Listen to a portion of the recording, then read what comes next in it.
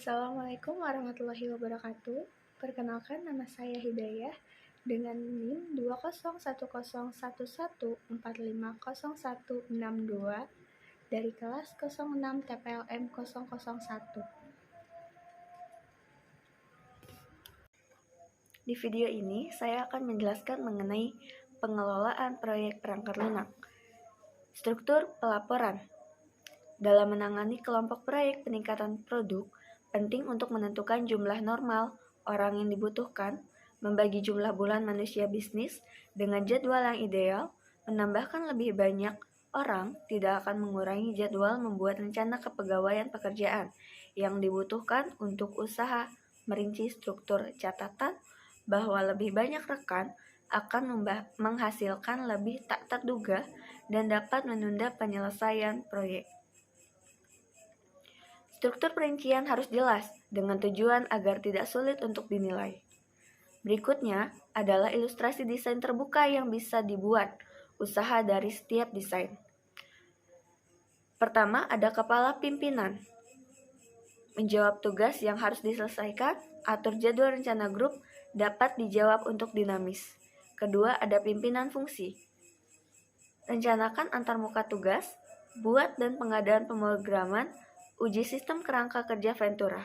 Ketiga, ada pimpinan teknik, merampingkan proyek pemrograman, menjalankan pemrograman untuk penggunaan proyek, mendukung penguji dan pengembangan akhir. Yang keempat, ada pemeriksa. Ia membedah masalah kerangka kerja proyek, membuat susunan program. Kelima, ada insinyur perangkat lunak.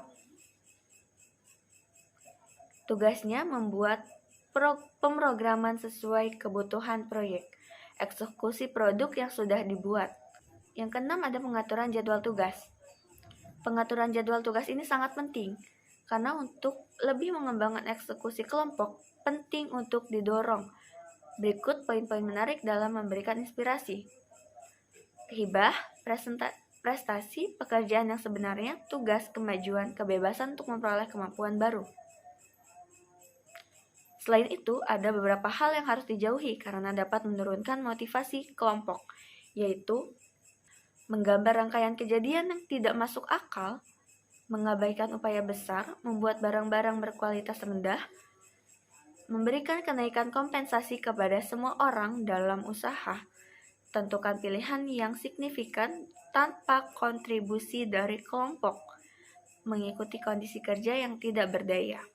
Tujuan definitif kemajuan jadwal adalah untuk membuat rencana usaha yang masuk akal, yang memberikan premis untuk memeriksa kemajuan proyek untuk pengukuran waktu usaha. Hasil utama dari interaksi ini adalah rencana usaha, model informasi rencana, pengukur jadwal, perubahan yang diinginkan, dan perubahan kebutuhan aset. Tindakan, jadwal proyek, dan tugas eksekutif mengatur kredit.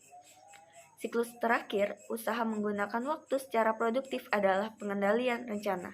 Seperti kontrol ekstensi, kontrol rencana adalah bagian dari ukuran kontrol perubahan.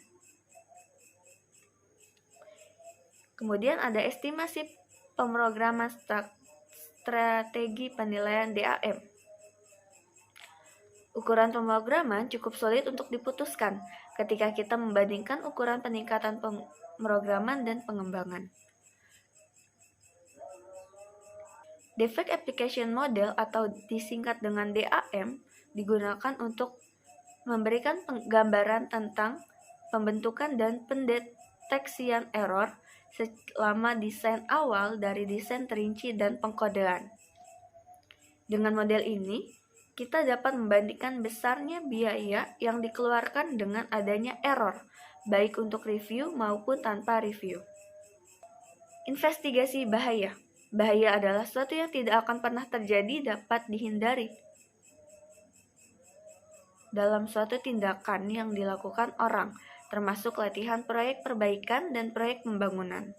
Karena dalam setiap tindakan, seperti latihan pengembangan, harus ada kerentanan yang berbeda. Faktor kerentanan ini pada akhirnya menimbulkan bahaya dalam suatu tindakan.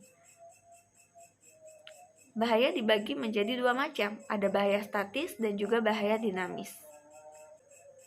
Bahaya statis berasal dari masyarakat abadi yang berada dalam keseimbangan yang stabil. Sedangkan bahaya dinamis, ia muncul dari perubahan di arena publik. Bahaya dinamis ini bisa murni atau teoritis. Konfirmasi kualitas pemrograman. Ada desain pemrograman eksekutif, penyelidikan, rencana, pemrograman, uji kerangka, pengakuan, dan juga aktivitas.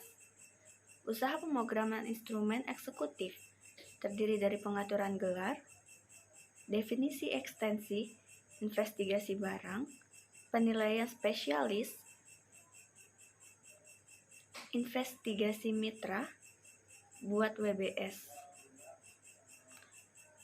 Konfirmasi gelar, kontrol gelar. Terakhir ada RPL dan disiplin rekayasa perangkat lunak. Disiplin rekayasa perangkat lunak atau software engineering muncul ke dunia pada pertengahan 1940-an yang merupakan rekonsiliasi hipotesis perhitungan, rasional numerik, dan pengungkapan pendekatan untuk menyimpan program secara elektronik di PC. Sejak saat itu, rekayasa perangkat lunak telah mengalami kemajuan yang konsisten, sehingga derajatnya semakin jauh jangkauannya. RPL merupakan subbidang rekayasa perangkat lunak yang identik dengan subbidang lainnya. Sementara itu, seperti yang ditunjukkan oleh HCM, Relationship for Figuring Apparatus, RPL penting untuk segmen di pemrograman. Meskipun terlihat mandiri, namun dalam penerapannya, subbidang RPL secara konsisten membutuhkan bantuan dari subbidang lainnya, khususnya subbidang perhitungan dan konstruksi informasi, dialek pemrograman, dataset, kerangka kerja, dan organisasi, serta subbidang kerangka data.